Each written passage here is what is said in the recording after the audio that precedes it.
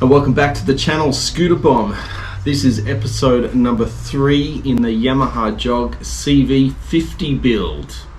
In this episode, we're going to start stripping down this 49cc Minarelli in preparation for a 70cc Stage 6 street race kit. Okay, so this jog here is fitted with the 5SU 49cc Minarelli. That being said, it's a different motor to the old 3KJ jogs. The main difference is up there on the intake. The cage is very different, and from what I'm told, the inside has already had a bit of porting done. All the edges are a fair bit smoother. So that's good that it's less to do. The negative side of them is they're heavily restricted. Now the first restrictor is over here inside the variator. It has one of those rings to stop the belt from traveling all the way to the bottom. The other restrictor that I found so far was in the exhaust. It was heavily closed. So I took a die grinder to that, took the restrictor out of the variator, and it was an instant improvement. I can actually get this jog up to about 65 kilometers fully tucked.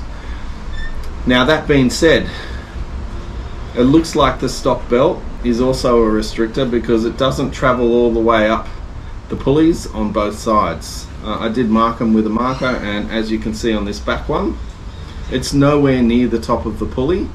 Okay, if you've got one of these jogs and you don't want to go to the hassle of doing a 70cc kit, how do you make it go faster? It's really simple. Take the exhaust off, get a die grinder, and die grind out that massive restrictor right at the flange of the exhaust. You can't miss it.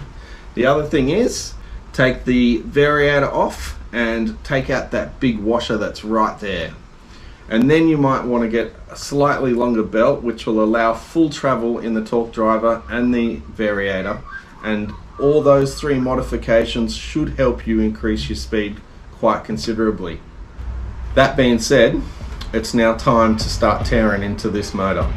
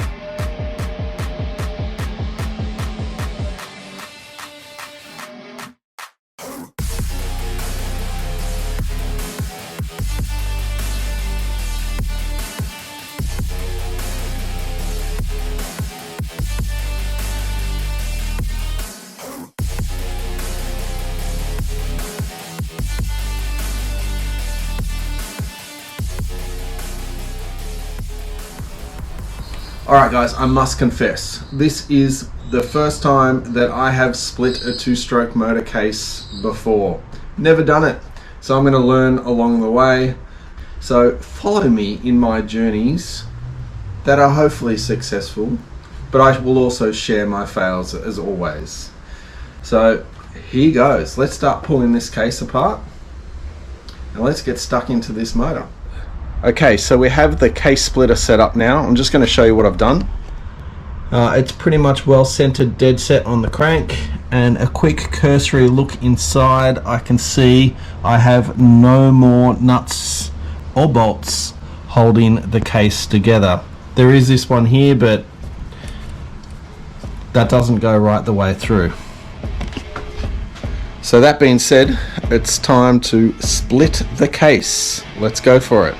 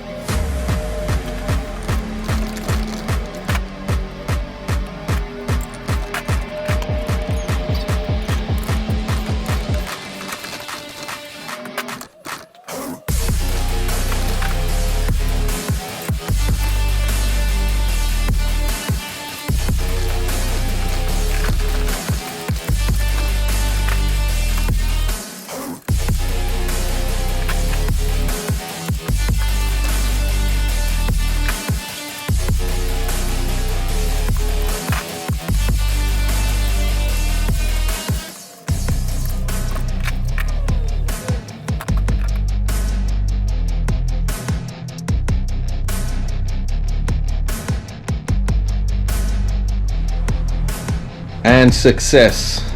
One half of the engine is pulled off.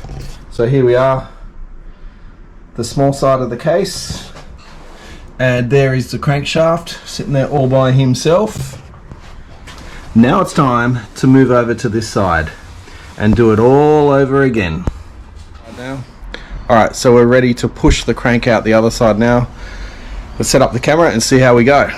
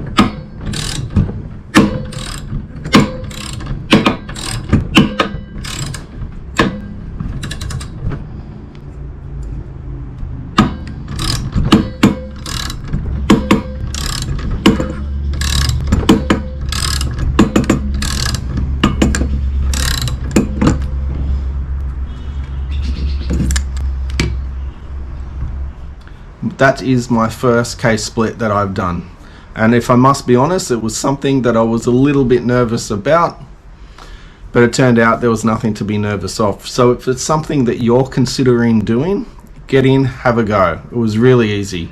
A $68 tool that I bought off AliExpress delivered to my door.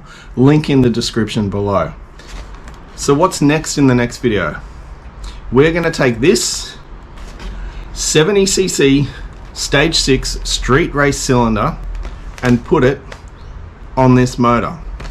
But before we lock it down nice and tight, we're going to see if it needs a little bit of porting or polishing just to really make that thing flow. So we might get busy with the die grinder, who knows. It might just bolt straight on and it could be absolutely perfect with no work to do. Something tells me that's not going to be the case. But until then, guys, thanks for watching. If you've liked the video, if this has helped you do something similar, subscribe, leave a comment. It's much appreciated. It helps the channel grow. And for all those new subscribers, hey, I really appreciate it. Till the next one, take it easy.